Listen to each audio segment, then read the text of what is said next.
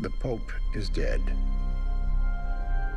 The throne is vacant. For all of you, what's your connection to the Catholic Church before this project? We are all Catholics. We were all raised We were all raised Catholics. The men who are dangerous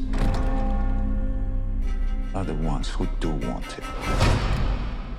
That sounds ominous. So I went to Catholic school pretty much all my life, sat through the selection of a couple of popes.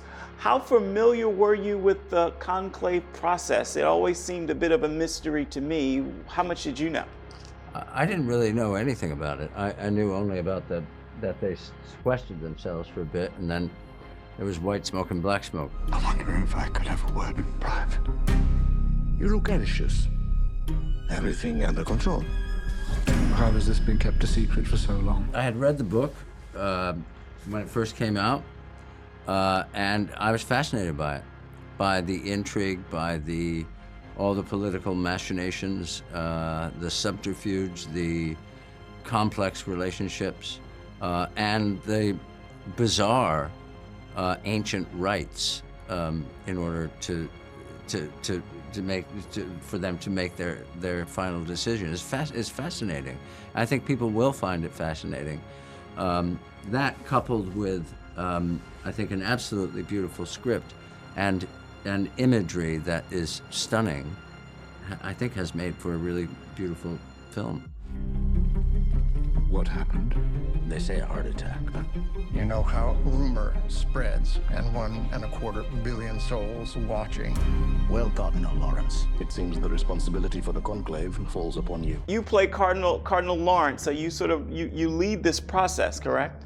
Yes, I'm the Dean of the Vatican. The Dean is the person who's responsible for the running of the conclave. The supervision of this election. It's a duty I never thought I'd have to perform. Lawrence is a man who's going through his own crisis of faith at the time the film starts, when the Pope has just died. So it makes him quite a complex character. I was brought up Catholic. I have to say I stepped away from the faith when I was in my teens. I've never lost any curiosity about what it is to have a faith, but I think my interest is more eclectic, I suppose, than the Catholic Church. I think is challenging in many ways in the world today, but I know there are people within the Catholic Church who are deeply spiritual people who've given their lives to the good. But I think it's not surprising. People of faith and people who have held faith, whether they are nuns or priests or not, I think they often encounter life is difficult for a lot of people, and your faith can be challenged by life, by what you see in the world, the terrible things that go on in the world, and I think it can easily lead people to some form of despair. But I think what is heartening about this film, I feel, is that the quest is for the right person to lead the church, a spiritual leader. And I think without giving things away, the call for the right spiritual leader seems to be answered in the film. Have you seen the papers? Mm-hmm. Apparently it's already decided it's to be me. And I happen to agree with them. What if I don't want it?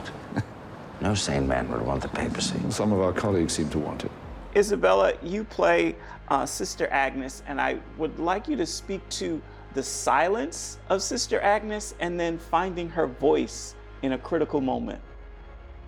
Yes, I think Sister Agnes is silent. She took the vow of being a servant to the cardinal.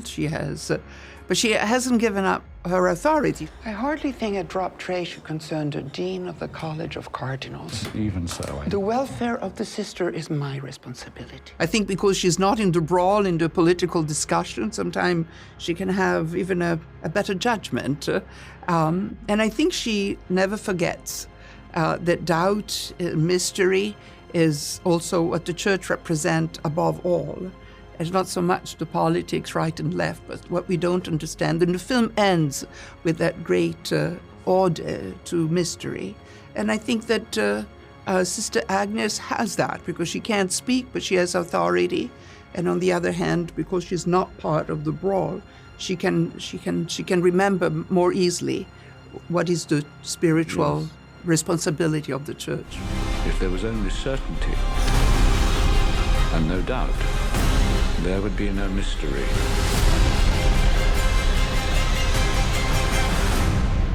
And therefore no need for faith.